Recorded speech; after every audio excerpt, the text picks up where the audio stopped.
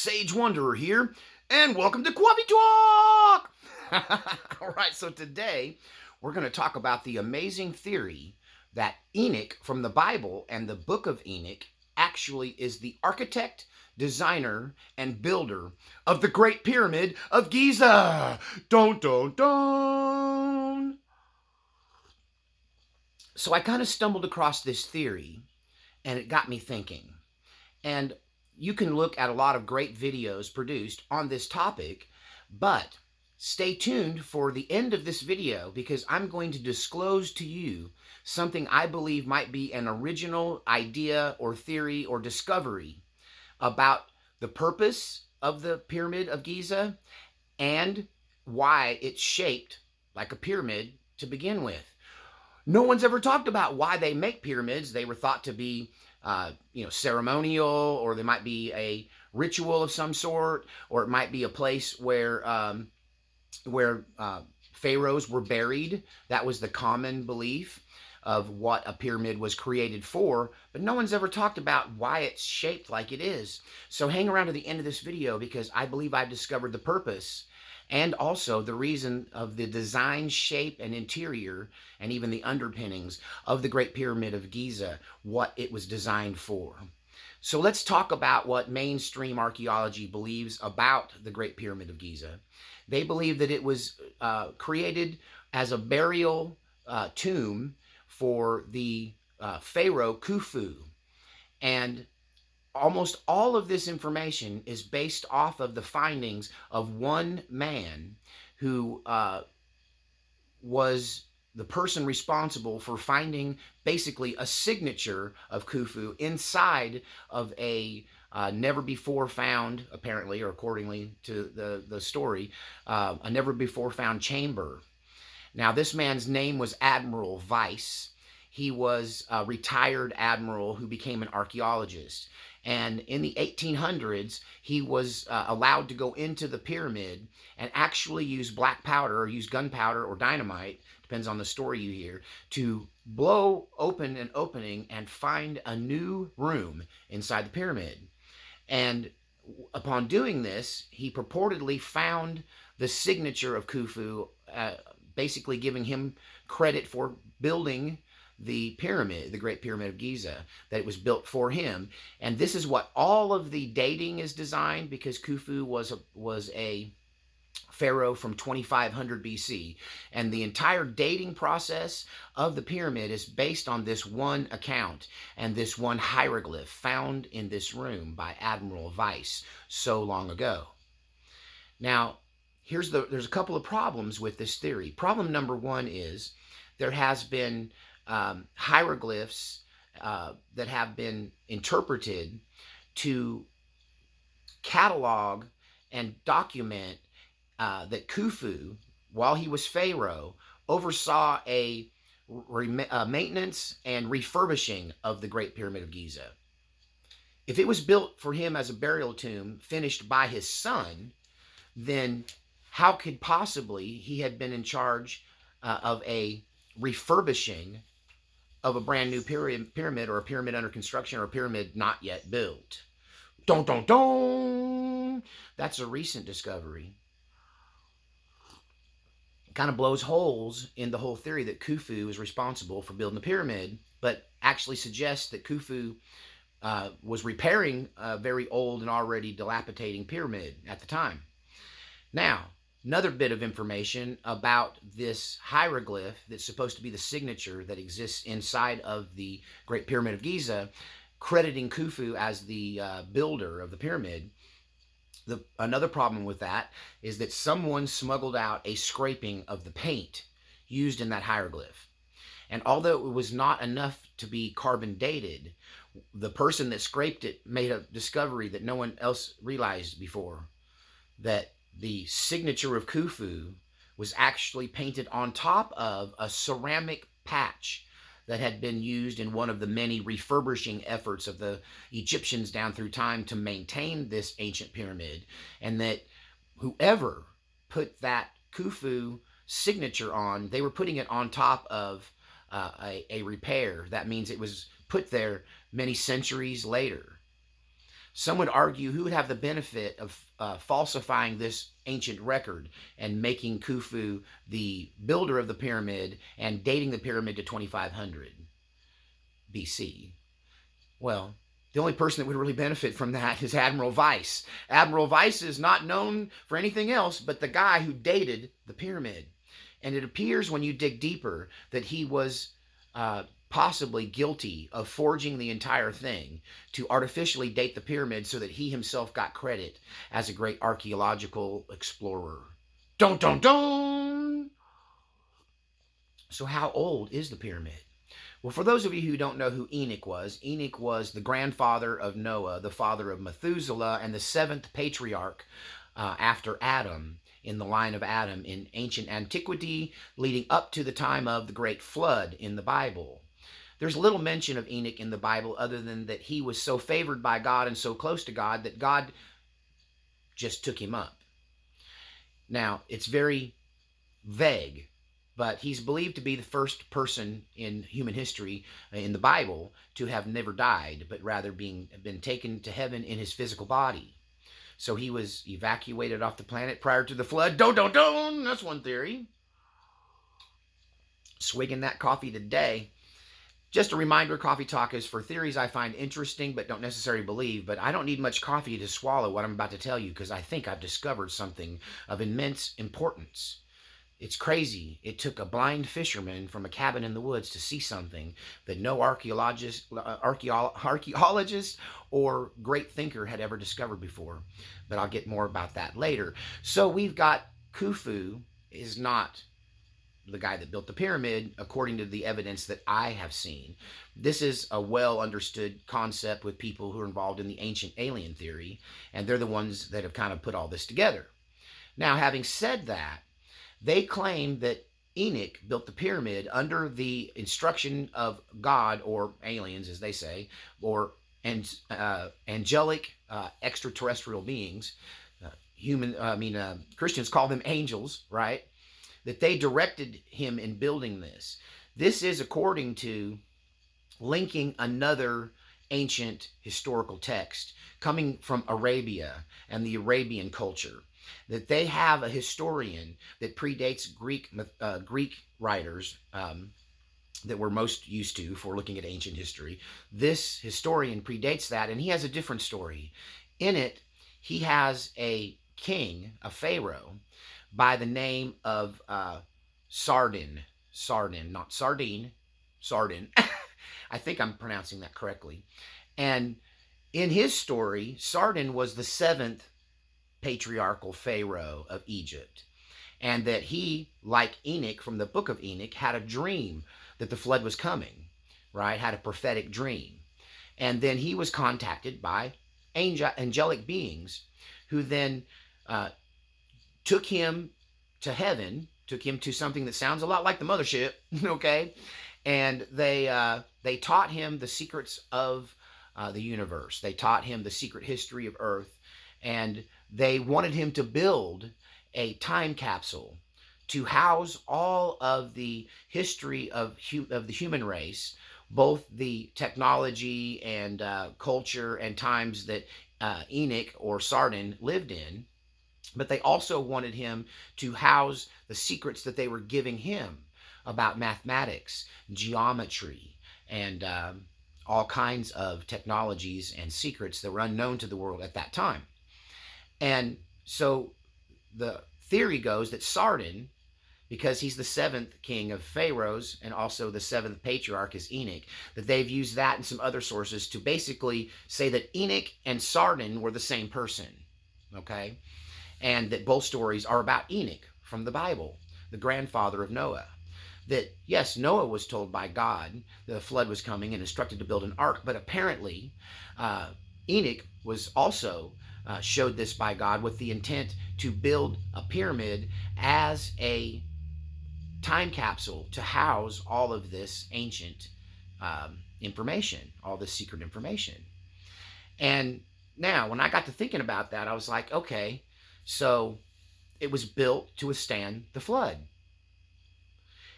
And hang on to your hat because, oh no, I've been interrupted by television. Sorry about that. My TV just turned on for no reason. Don't. I'll talk later about what I discovered about the pyramid withstanding the flood. But I do want to talk about Enoch and what was going on at the time of Enoch and why the flood happened to begin with.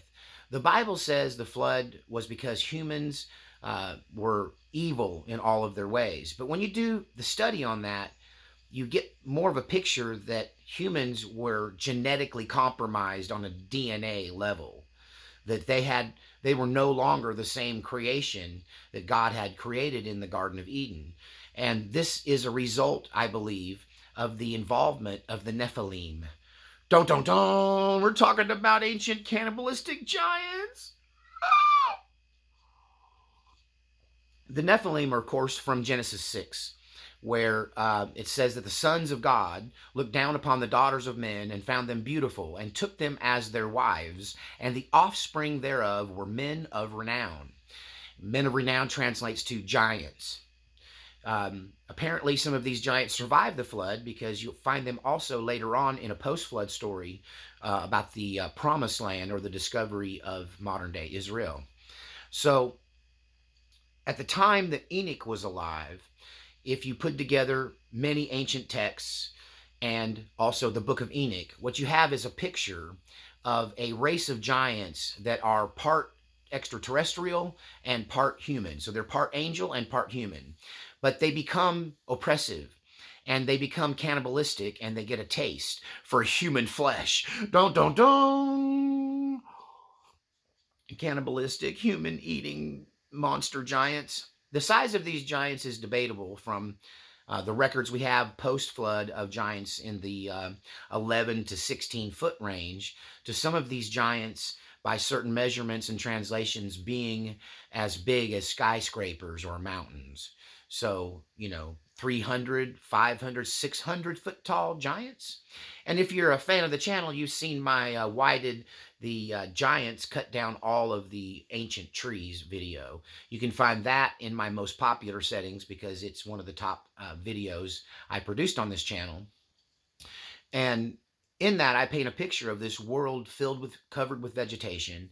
This is also in accordance with Dr. Carl Baugh's study of what the Earth would be like if we had double the atmospheric pressure and 100% oxygen saturation, that everything on Earth would grow because of the Earth canopy that was around the Earth before the flood. That the flood was actually caused when our atmosphere was destroyed, and it caused this water canopy that had filtered out sun and allowed people to live to be so long, have such long lives, because they weren't being cooked by the sun, because there was basically a water-based ozone around the Earth prior to the flood. And that whatever happened that precipitated the flood first and foremost destroyed that protection and caused mountains of water to rain down on the Earth at once. Now let's talk about the nature of the flood. Some people just think the waters rose slowly. But archaeological evidence that supports the concept of a global flood, both Sumerian text, Greek text, the Bible, and others, suggest that it's more of a tumultuous event than a simple flood. That it was miles high tsunamis sweeping across the continents, scrubbing everything from the surface, every bush, every tree, every animal killed instantly, and all the humans that were not amongst the elect that were protected and saved, and even the giants themselves were destroyed, with few survivors, surviving the events that we equate with Atlantis and the sinking of Atlantis and the destruction of this odd, strange, and possibly evil ancient civilization that predates modern history. So if in fact you were to create a structure with the sole purpose of surviving these tidal waves, these tsunamis, these torrents of rivers of water coming from the sky and busting up from underneath as the continents split and Pangea was fragmented, right? That all of this happens in one day. That this mass tumultuous event happens in one day. And no structures were going to be safe unless they were fortified, right? With some engineering feat to prevent them from being washed away, to prevent them from being destroyed from the pure pressure of the incoming water. That incoming water like this will pulverize concrete structures, even in modern times. This is the destruction you see behind a Fukushima type of tidal wave that scrubs every structure, takes it off its foundation. It just cleanses the earth of any trace of life.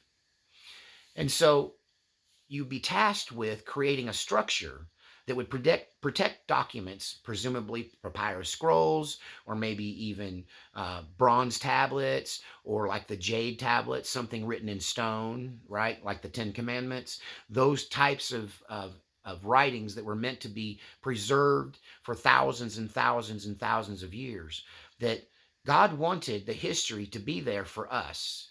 So someday, when we gain the technological understanding, we could access this secret library hidden within the Great Pyramid of Giza. Don't, don't, don't. Now, let's talk about the Illuminati, one of my favorite topics. The Illuminati, Freemasonry. If you just pull out your own dollar bill that you got in your pocket right now and flip it over to the back, you will see that there is a Great Pyramid of Giza on the back of your dollar bill. The capstone of the pyramid is elevated. Within the capstone is the great eye, all-seeing eye of God, and the rays of illumination coming not from the pyramid itself, but from the capstone. I think people who interpret this image have mistakenly seen that as an unfinished pyramid with the capstone being dropped onto the pyramid, completing its construction. I think that is backwards. I think they're seeing that backwards.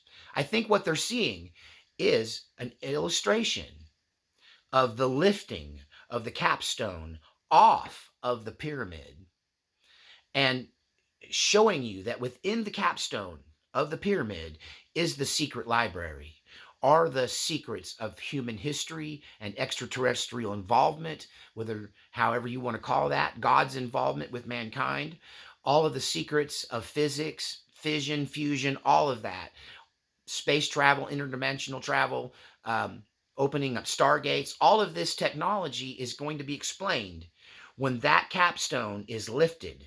That's why the illumination is coming from the capstone itself and not the pyramid.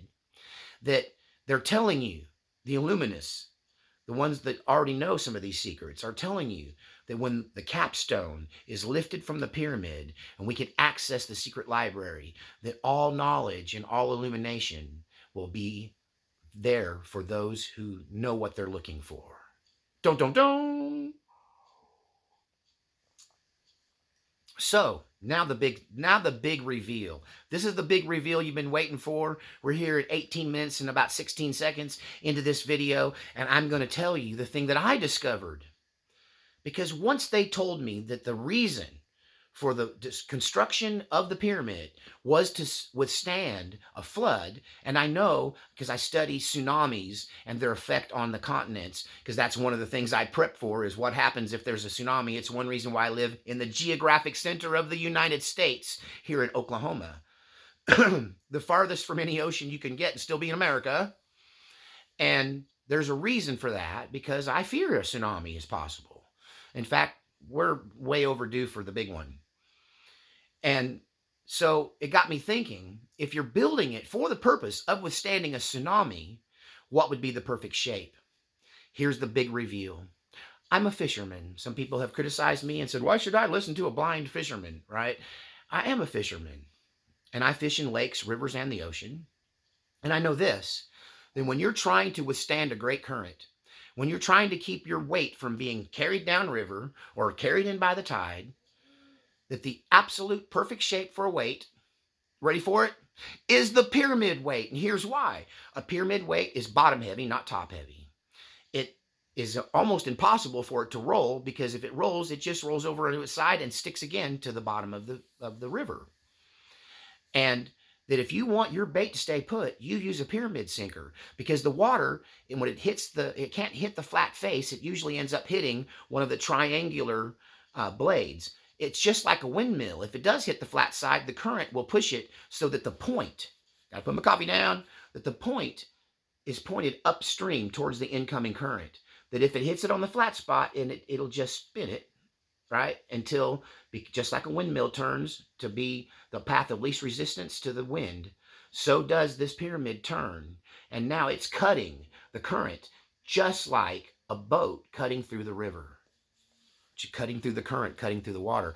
It's water dynamically perfect to withstand a current and a deluge, and therefore, in a bigger form, it can withstand a tsunami. Dum dum dum. There you go. The Pulitzer Prize, not Pulitzer. What is this? The whatever the Smart Guy Prize goes to Sage Wanderer for figuring out that the whole purpose of the shape of the pyramid is to withstand a tsunami and cut the current and act like a pyramid seeker does on my bait at the bottom of Deep Fork River here on the Northern Canadian River in Oklahoma.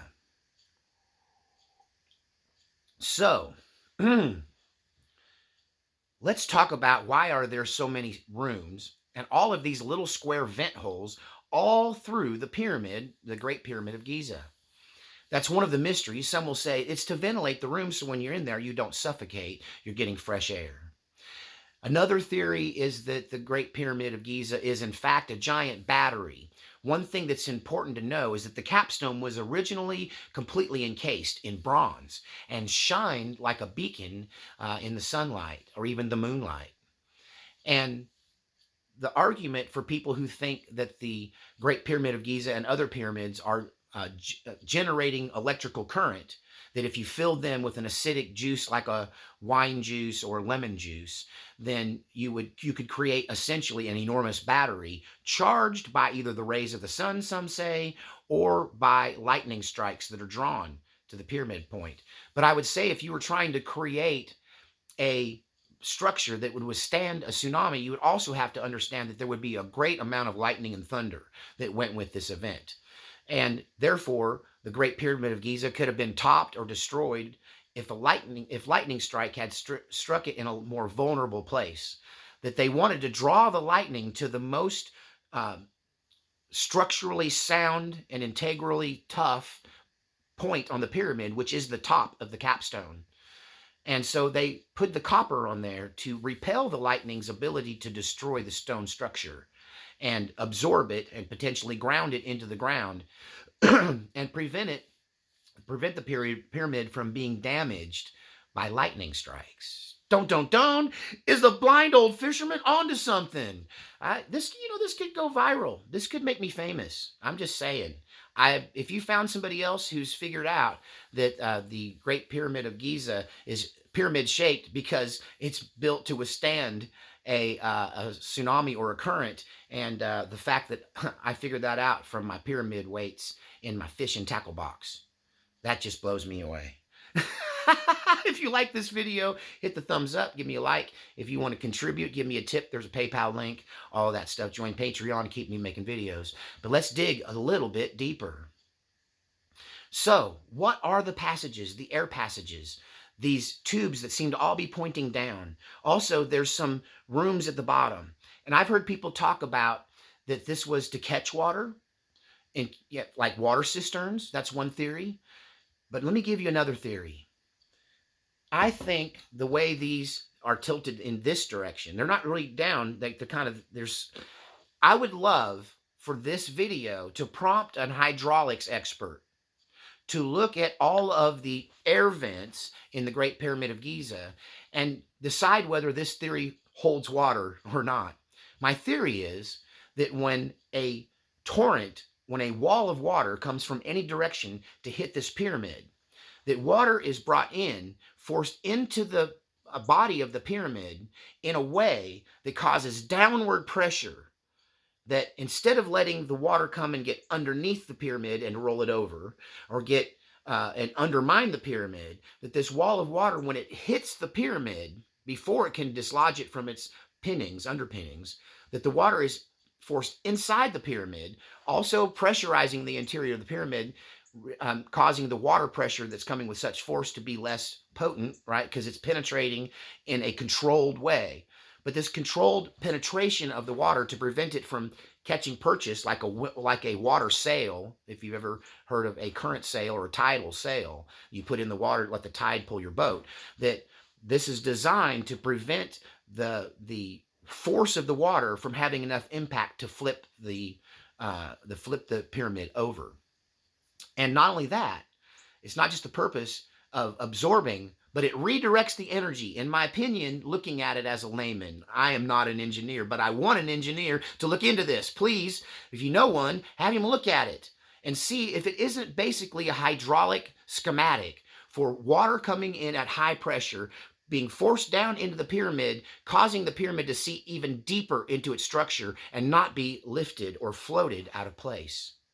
Don't.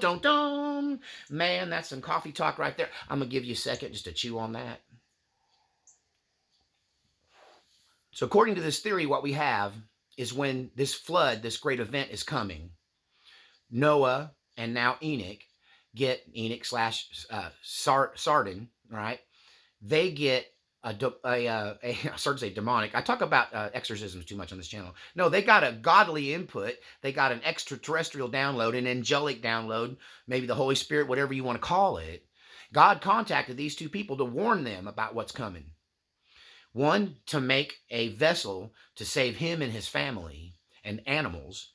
The other one, to save the combined knowledge of humanity and these angelic beings who had this prior civilization, and to put it into a pyramid specifically designed to withstand this great force of deluge of water, like a tsunami on steroids, and to still remain and be there, waiting for us to get enough technological understanding, to get enough insight. Who knows? Maybe this is the thing that'll cause them to go, okay, the pyramid's great, but maybe we should very carefully lift the capstone off and see what's underneath. Because I suspect you will find a chamber. Now, they say all of the chambers have been found, but they've been using thermal imaging to discover many chambers more within the upper portion, upper quadrant of the pyramid. And most of the exploration of the pyramid has happened at the lower levels, and they've never made it to the capstone. Could the capstone copper plating be a hint or a clue that that's where this special stuff is housed? Whether it was for a lightning defense or not, was that a clue to us that the top of the pyramid was the key?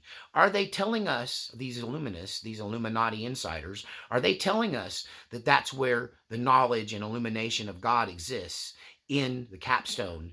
And is that a capstone on the dollar bill being set in place, or is it being lifted off to reveal the secrets of the universe? Don't. Well,